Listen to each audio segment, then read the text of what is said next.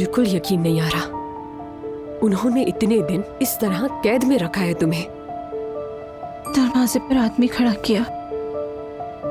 Aunty ने मेरा phone वगैरह भी ले लिया था। उन्होंने खुल्लम खुल्ला धमकी दी मुझे। अच्छा बस परेशान मत हो, अब तुम आजाद हो। अब वो लोग हर जगह मुझे ढूंढ रहे होंगे।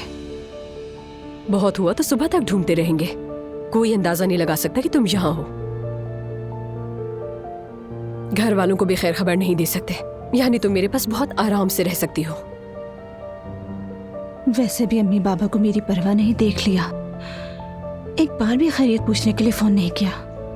लेकिन तुम तो कह रही हो कि उन्होंने तुम्हारा फोन ले लिया था, फिर तुम ये कैसे कह सकती हो? उन लोगों का कहना है कि मैं इटली हनीमून पर गई हुई हूँ। दुआ ने बताया आते हुए। यानी तुम्हारी माँ को कोई फिक्र नहीं है।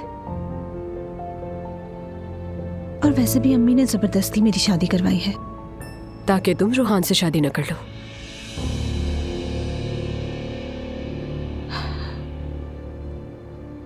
कैसा है वो?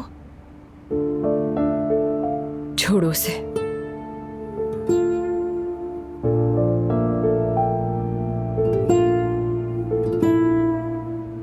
अच्छा ठीक है, अब तुम इतना मत सोचो, सब कुछ ठीक हो जाएगा, मेरा यकीन करो।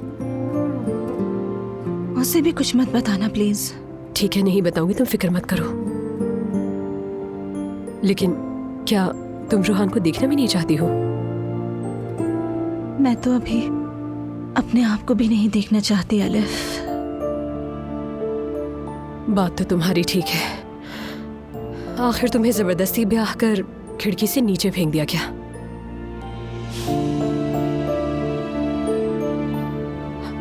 आई एम सॉरी यार, मेरा ये मतलब नहीं था। नहीं, बिल्कुल यही हुआ।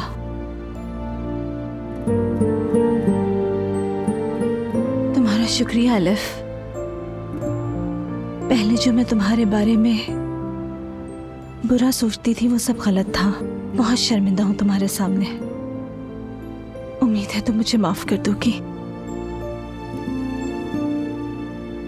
माफी की कोई बात नहीं है। मैं भी तो तुम्हें पहले इतना पसंद नहीं करती थी।